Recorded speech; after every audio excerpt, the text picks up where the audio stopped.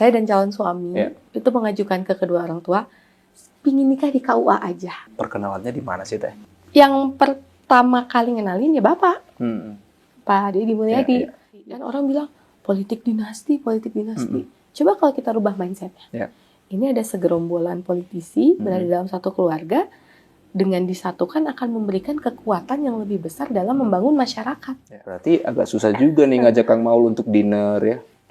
Iya. Berarti nggak ada bulan madu dong ini? Oh, nggak ada. Nggak ada dalam agenda? Nggak ada pernikahan. Tuh, nanti dibahas Pak Gubernur. Ini diundang nggak? Oh. Ada masuk nggak? Boleh dijawab, boleh tidak? Kita lihat nanti. Ya. Lihat nanti aja ada apa enggak. Oke. Gitu.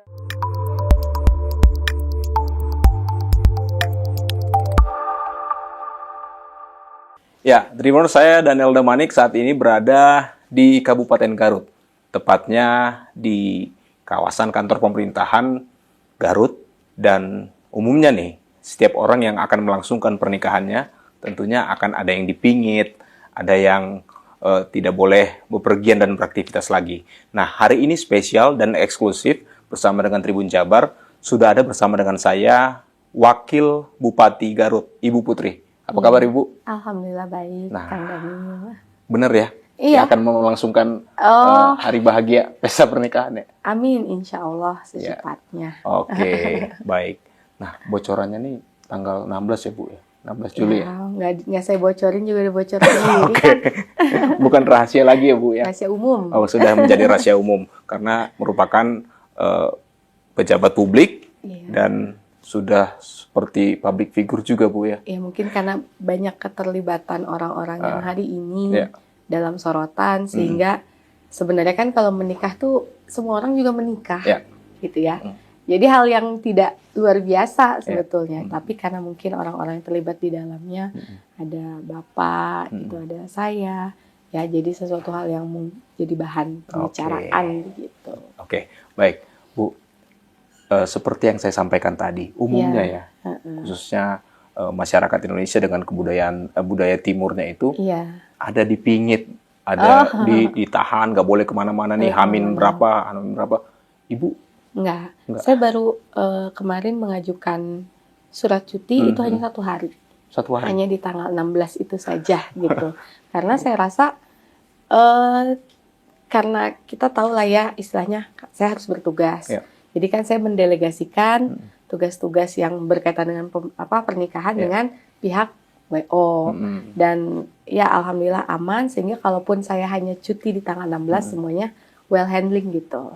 Jadi nggak masalah. Dan mungkin yang agak dijaga itu perjalanan yang agak jauh. Baik. Ya kayak misalnya jangan dulu keluar kota lah atau apa. Jadi saya udah dikasih tugas sama Pak Bupati, Bu Wabub ambil tugas yang di sekitaran Garut kota aja gitu. Kalaupun jauh-jauh sedikit ya nggak lebih dari 1 jam perjam. Baik. Yang dekat-dekat aja Bu yang ya. Dekat-dekat supaya dulu. Demi keselamatan juga, kesehatan juga karena yang dekat juga masalahnya masih banyak kan. Oke. Baik. Dari suara juga kayaknya. Iya, agak-agak. Cukup ini ya, agak berbeda ya. Agak beda dengan. Nggak apa-apa biar nggak terlalu cempreng. Baik. Bu, sewaktu debat pilkada terakhir ya. Ibu sempat mempromosikan kalau saya tidak salah ingat itu sepatu atau outfit Ibu lah, produk dari Garut. Nah, apakah di hari bahagia nanti akan menggunakan produk Garut nih Bu? Tentu saja, karena ketika gini Kang, kalau boleh cerita ininya intermezzo, saya dan calon suami itu mengajukan ke kedua orang tua, pingin nikah di KUA aja, gitu. Pingin nikah di KUA aja karena paham. Kompleksitasnya akan kali 4 kan kalau biasanya orang nikah ya beban kompleksnya 1 kita bisa dikali 4 karena kita banyak sekali, dan ini kan baru beres pilkada ya Kang ya, pasti banyak mantan tim kemenangan yang ini harus diundang, jadi kami bilang sudah pingin di KUA aja, nanti sisanya syukuran kecil-kecilan karena kan pinginnya cuma nikah ibadah, tapi namanya mungkin juga orang tua ada rasa sayangnya ke anak. Kayaknya kalau masih mampu untuk dipestakan, ya dipestakan saja gitu. Sehingga ketika akhirnya keputusannya udah dipestakan, kami mulai kayak menyusun gitu ya strategi gimana caranya pernikahan kami menjadi pernikahan berdampak. Nah, berdampaknya pasti saja pinginnya yang positif. Jadi kalau berbicara soal produk unggulan Garut itu semuanya kami pastikan ketika ada di Garut, kami pastikan ada di Garut. Contoh misalnya dekorasi. Dekorasi itu kan kalau orang sekarang pinginnya yang wah bunga futuristik segala macam gitu ya. Tapi kami menyadari bahwa di Selaawi ada sentra industri bambu. Jadi dekorasi kami itu kami kolaborasikan dengan seniman bambu di Selaawi. Sehingga satu exposure tentang mereka harusnya keangkat. Jadi pinginnya aku please kepada media gitu ya. Exposure itu yang begitu-begitu gitu loh, yang positif-positif supaya teman-teman seniman keangkat. Jadi dekorasi aku mungkin 80% menggunakan bambu. Bambunya bambu Selaawi. Walaupun di lead-nya sama sama seniman dekorator Jakarta. Itu hanya sebagai kayak komposernya aja lah, konduktornya gitu. Tapi senimannya seniman Garut. Terus souvenir. Souvenir kita kombinasi. Ada yang dari Selaawi juga, ada yang kulit Garut, ada yang dari teman-teman pelajar di Purwakarta. Jadi kita pingin kan kadang orang kalau misalnya semakin mewah pernikahan, souvenirnya harus yang mewah juga, mahal gitu ya, atau yang kayak packagingnya gimana-gimana. Kita mah enggak. Yang penting berdampak kepada pengusaha-pengusaha lokal di Kabupaten Garut. Selain itu akar wangi, akar wangi juga masuk. Jadi intinya kita pingin menyampaikan bahwa di Garut ini banyak sekali loh kerajinan-kerajinan kriya yang bagus dan kelasnya kelas dunia sebenarnya. Kayak misalnya Selaawi itu Kang. Ternyata banyak dipakai di hotel-hotel bintang 5 di Bali. Tapi sayangnya brandnya masih brand Bali. Padahal dari Garut. Gitu. Jadi kita pingin mengexposure itu juga sih. Tuh. Ada quality loh di sini. Begitu. Untuk outfitnya nih Bu. Untuk prosesi akad, nanti akan ada resepsi dan dengar-dengarnya juga akan ada pesta rakyat ya Bu. Kalau itu tuh gini ya. Apa sih ini disclaimer dulu. Jadi kemarin tuh ada informasi beredar. Saya lucu juga gitu, pengen ketawa juga kok bisa orang punya informasi begitu. Nah, jadi pertama katanya acara tanggal sekian itu tuh udah salah. Nah, nanti kita lihat aja acara yang benernya tanggal berapa gitu ya. Kalau pesta rakyat sebenarnya lebih ke arah Pak Gubernur itu kan punya agenda nganjangka warga ya. Nah, di semacam kayak disatukan, tapi di tempat yang berdekatan. Jadi artinya silahkan menikmatilah di Garut juga kita berbagi kebahagiaan dengan rame-rame ngumpul berkesenian. Terus Garut juga nanti akan mengizinkan adanya Car Free Night untuk mendukung acara dari provinsi itu. Jadi UMKM boleh dagang, itu nanti akan selanjutnya diumumkan oleh kedinasan. Di sisi yang lain ada jamuan makan malam yang mana itu untuk mengundang beberapa yang tidak tertampung di hari haknya, hari utamanya gitu. Jadi semacam itu aja. Kalau dibilang pesta rakyat ya mungkin vibes-nya seperti itu gitu. Oke, baik. Akan ada pesta rakyat tapi untuk tanggalnya masih upcoming karena tentatif gitu, melihat kesibukan Pak Gubernur dulu kalau saya. Gitu. Nah, saya agak menarik juga Bu, waktu Ibu menyatakan Pak Gubernur ya. Saat ini kan hari ini 13 Juli ya, kita wawancara 13 Juli, masih statusnya sebagai calon mantu. Ya.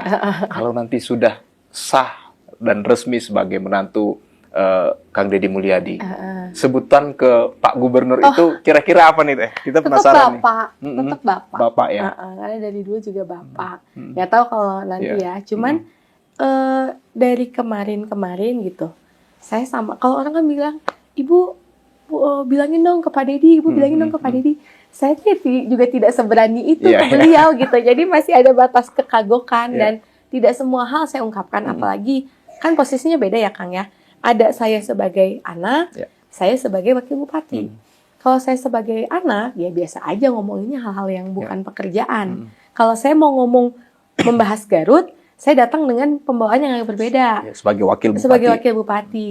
Dan biasanya saya juga malu Kang kalau misalnya Garut suka aneh-aneh dan beritanya nyampe di bapak itu ada rasa segan dan malu juga, bukan berarti kemudian saya jadi kolokan dan segala macam. Saya malah sering diskusinya sama calon suami, gimana ya Garutnya supaya nggak gini, supaya nggak gitu.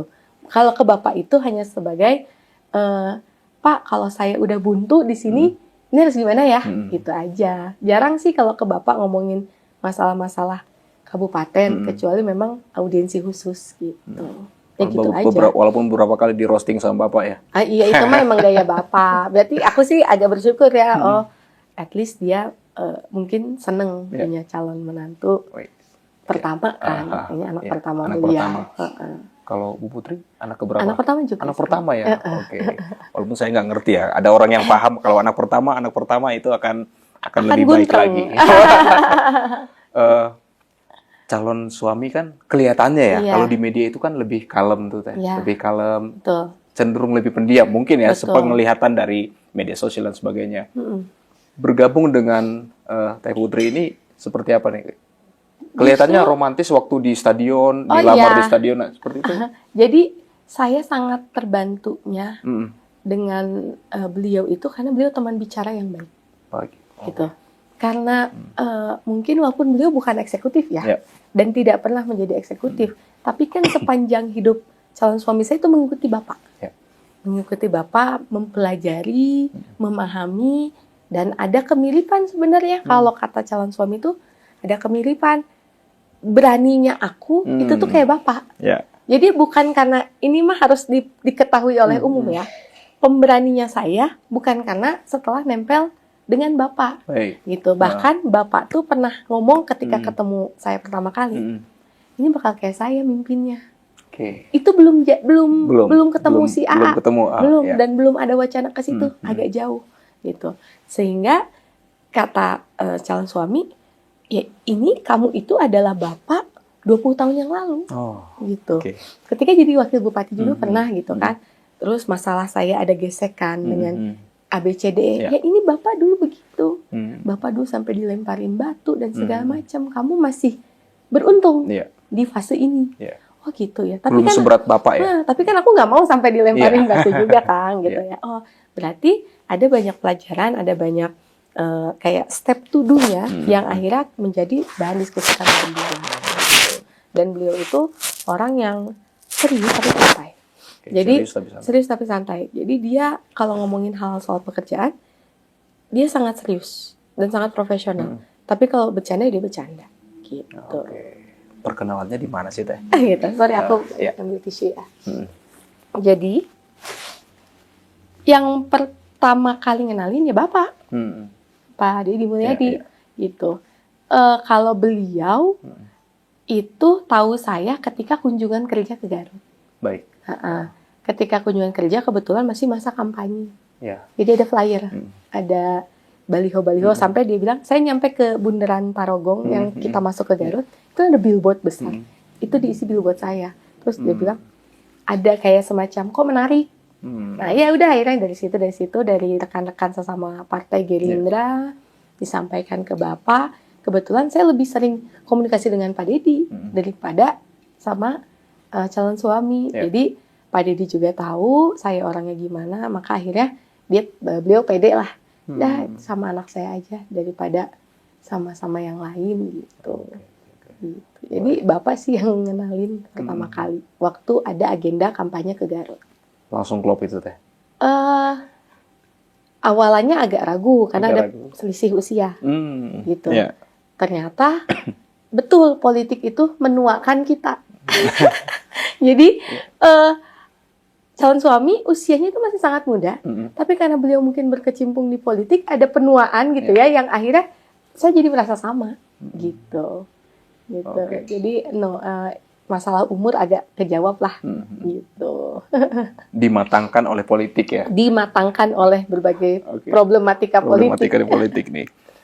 Kan tadi disampaikan bahwa untuk cuti itu hanya satu hari ya, hari akadnya aja gitu.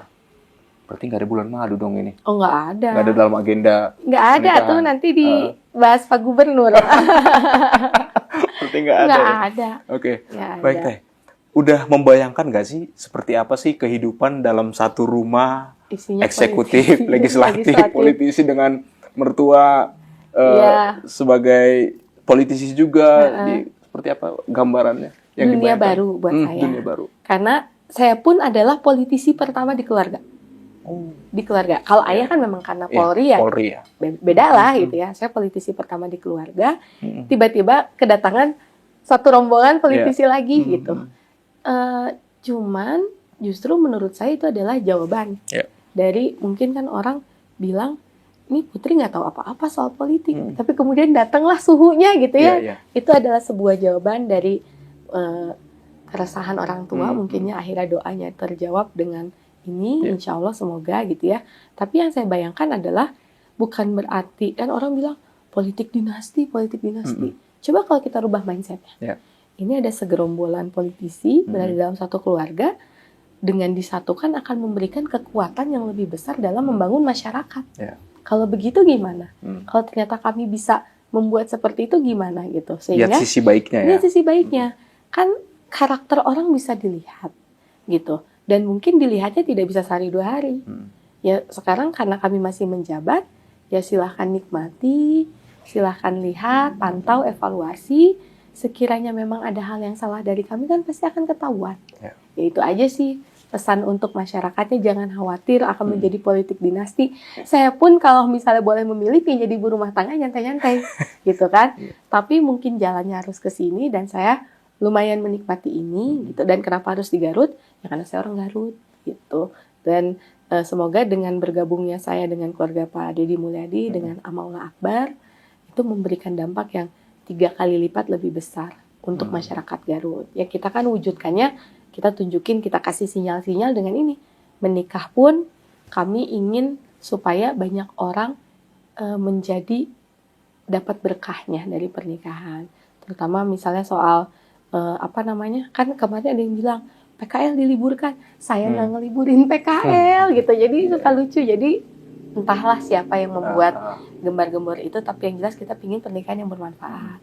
Karangan bunga juga kita minta ganti jadi bibit pohon gitu kan, supaya ada penghijauan gitu. Dan kita punya menyambung keinginan Pak Gubernur sebenarnya. Pengantin harus setor bibit pohon. KUA juga sudah menjalankan itu. Nah, kalau misalnya kita nanti dapat banyak kan dari pernikahan mau kita tanam dijadiin hutan lagi. Hutannya dijadiin namanya leuweung panganten. Nanti ditambahin lagi dari bibit-bibit pohon yang di Garut diterima di Garut yang diterima oleh KUA ketika ada catin yang ingin menikah. Pohon kan kayaknya bibit nggak mahal ya. Gitu. 1 pun nggak masalah ya, kalau yang nggak mampu banget ya kita jangan susahin. Tapi kalau yang mampu, mereka mau ngasih berapa kita tanam di satu kawasan itu dan harus dijaga kan. Kalau nggak dijaga, dicabut-cabutin lagi sama orang. Kadang di beberapa momen dinas kehutanan tuh ngasih free lagi biasanya. Jadi disatuin. Tapi yang memang lucu ketika ada satu kawasan yang kita khususkan untuk bibit dari calon pengantin. Ada rencana di titik mana nggak itu? Kalau kemarin sempat bicara sama teman-teman dari kehutanan, dari lingkungan hidup, ada tempat yang bagus di bantaran Sungai Cimanuk yang dulu kena banjir bandang, sekarang jadi ruang terbuka hijau. Kemungkinan akan difokuskan di situ dulu. Gitu. Tapi kalau misalnya nanti kami dapatnya banyak, karena dari pihak calon suami pun membawa sendiri bibit juga banyak, cukup banyak. Kalau nggak salah ratusan, itu untuk kami kembangkan di hutan-hutan yang gundul. Gitu. Oke. Sebagai sama-sama anak sulung nih Teh. Iya. Apakah sudah mendapatkan nasihat atau pesan dari calon mertua dan dari orang tua Teh, menjelang hari bahagia itu? Kalau saya tentu saja ya, ini mah karena mungkin ini bukan yang pertama buat saya, orang tua agak khawatir, was-was. Tapi saya pun dari awal bilang ke orang tua, saya mah nggak ada urusan lagi. Yang penting ridho ibu bapak dan anak-anak. Kalau anak-anak sreg, ibu bapak legowo sreg, saya percaya gitu. Jadi karena urusannya udah bukan dengan ke saya pribadi lagi gitu. Sehingga banyaknya sebenarnya amanah tuh ke calon suami. Jadi orang misalnya kita jadi orang apalagi pejabat yang benar. Kalau papa aku selalu nekenin jangan korupsi. Jangan korupsi, dana-dana di legislatif di DPR kan luar biasa riak dan dinamikanya. kalau bisa yang gitu ya amanah gitu. Ke saya juga jangan korupsi, intinya begitu. Karena kita tahu ya, uang yang menghidupi kita kan akan menjadikan kita manusia seperti apa. Gitu. Kalau dari Pak Deddy ke AA juga, pokoknya jangan menyakiti hati perempuan. Tapi memang semua orang, termasuk Pak Deddy sendiri bilang, dengan lingkungan politik yang kata orang suka aneh-aneh, AA itu termasuk orang yang bisa konsisten dengan prinsip hidupnya. Bahwasanya lelaki itu harus setia dan lain-lain gitu. Jadi udah cukup percaya sih Pak Deddy bahwa anaknya bisa menjadi suami yang baik gitu. Dari pengamatan Teh Putri sendiri ke AA nih, gimana nih? Ya, Sesuai dengan yang disampaikan oleh Kang Deddy. Mungkin kalau di usia segitu kan masih seneng main, masih seneng ada kongko-kongko kemana. Beliau itu prinsipnya gini, kalau pertemuan itu tidak membawa keuntungan bagi saya nggak akan keluar.